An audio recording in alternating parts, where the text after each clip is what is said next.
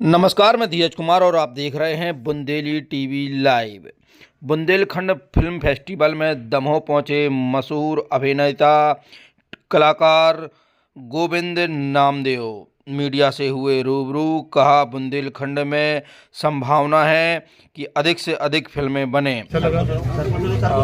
अच्छा इसलिए लगा क्योंकि जिससे का आयोजन ये हुआ है बहुत ही थॉटफुल हुआ है, बहुत ही विचारपूर्ण ये इनिशिएटिव लिया है हमारे लोधी जी ने। मैं रियली मतलब उनको हृदय से धन्यवाद देता हूँ, उनके प्रति अपनी कृतज्ञता प्रकट करता हूँ। बुंदेलखंड के बारे में कुछ तो सोचा गया है, सालों साल इस तरह की हमने नहीं देखा कोई प्रोग्राम्स हुए हों जिनमें हमारी जो नई जनरेशन है उनकी बुनियाद को पक्का करने की बात हुई हो, उनके टैलेंट के हिसाब से उनको मार्गदर्शन देने की बात हुई हो। ऐसा नहीं होता है, नहीं हुआ है और ये बहुत ही दुखदाई स्थिति है, दुखदाई स्थिति रही है। हमारे टाइम में हमको कहीं भी ऐसा मौका नहीं मिला कि कोई हमें इस तरह से आगे बढ़ाने की कोशिश करे।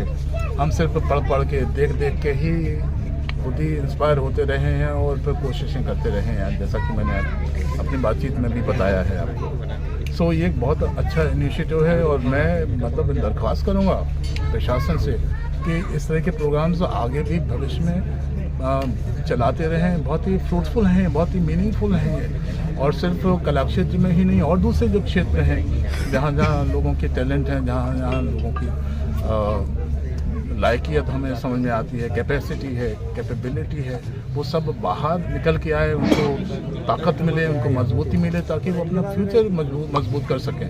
और ये हमारे बुंदेलखंड के लिए भी अच्छा है, हमारे प्रदेश के लिए भी अच्छा है, हमारे देश के लिए भी अच्छा है। क्या संभावनाएं दिखलाई देती है? मुझे बहुत संभावनाएं दिखती हैं, इसलिए मैं कोशिशें करता रहा हूँ अपने हिसाब से सागर में बार बार आके वहाँ वर्कशॉप्स करके वहाँ के टैलेंट को।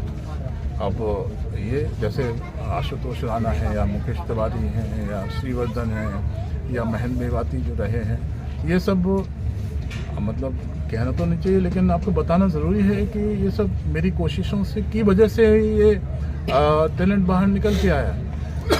इन लोगों को कैसे तैयार होके एनएसडी जाना है, वहाँ सिलेक्शन होना है, इसके लिए उनको गहन प्रशिक्षण किया है हमने।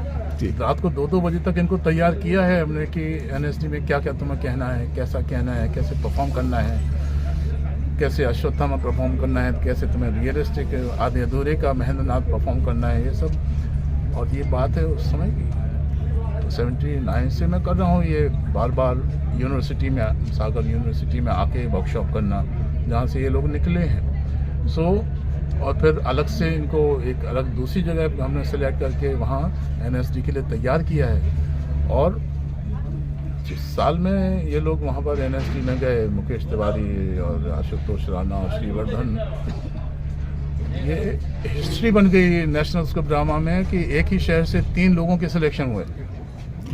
आज तक ऐसा कभी नहीं हुआ नेशनल स्कूल ड्रामा की हिस्ट्री में कि 3 लोग सिलेक्ट हुए हों। सो मैं तो अपनी तरफ से इस तरह की कोशिशें करता रहा हूँ और इसके पीछे सोच भी ये थी कि हमारे यहाँ का टैलेंट दिखना चाहिए लोगों को।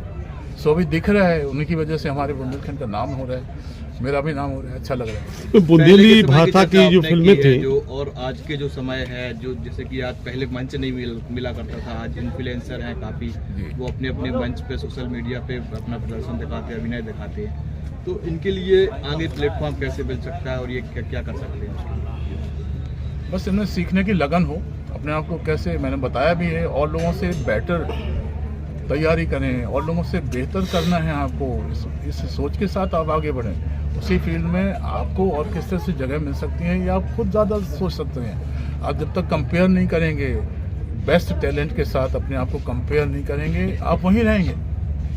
तो अगर आपको कंपैरिजन करना भी है तो टॉप क्लास के आप आर्टिस्ट के साथ करिए अपने आप को, कि वो टॉप क्लास का जो एक्टर है या वो टॉप क्लास का जो डायरेक्टर है, प्रोड्यूसर है, वो किस तरह से किस लेवल का काम क्यों कर लेता है। जब तक आप उसमें नहीं जाएंगे आप वहीं बने रहेंगे, तभी आप दूसरों से बेटर होंगे, तभी आपको दूसरों से बेटर होने का स्पेस मिलेगा।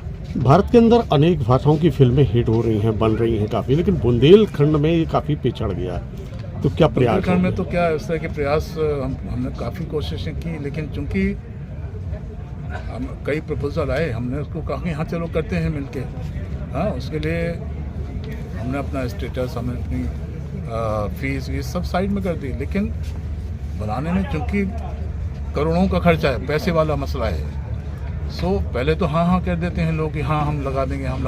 बाद में जब लगाने की बात आती है ना, जब देने की बात आती है तो पीछे हट जाते हैं। उनको लगता है कि नुकसान ना हो जाए, उनको लगता है कि पता नहीं वापस होगा कि नहीं, पता नहीं क्या होगा, क्योंकि नए हैं। सो इस वजह से वो आगे बढ़ ही नहीं पाए।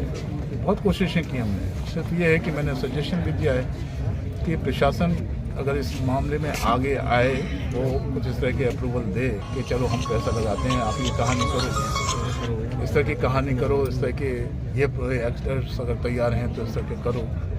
तो अगर प्रशासन आगे आके इस तरह से सपोर्ट करता है, सब्सिडी ज़्यादा देता है या सब्सिडी देता है आसानी से, तब ये संभव है और बहुत संभव है। जब इस तरह का इनिशिएटिव लिया गया है तो मुझे लगता है कि आगे काफ़ी संभावनाएं बनती हैं, अगर ये इस तरह की पहल को आगे कंटिन्यू किया जाए तो। मध्य प्रदेश सरकार के पर्यटन संस्कृति धर्म मंत्री धर्मेंद्र सिंह लोधी का ये प्रयास है, कितना से मानते हैं? बहुत ही अच्छा, मैंने बताया ना कि सालों से हमने कभी देखा नहीं इस तरह का प्रयास, और इतना मीनिंगफुल, इतना सार्थक प्रयास है ये।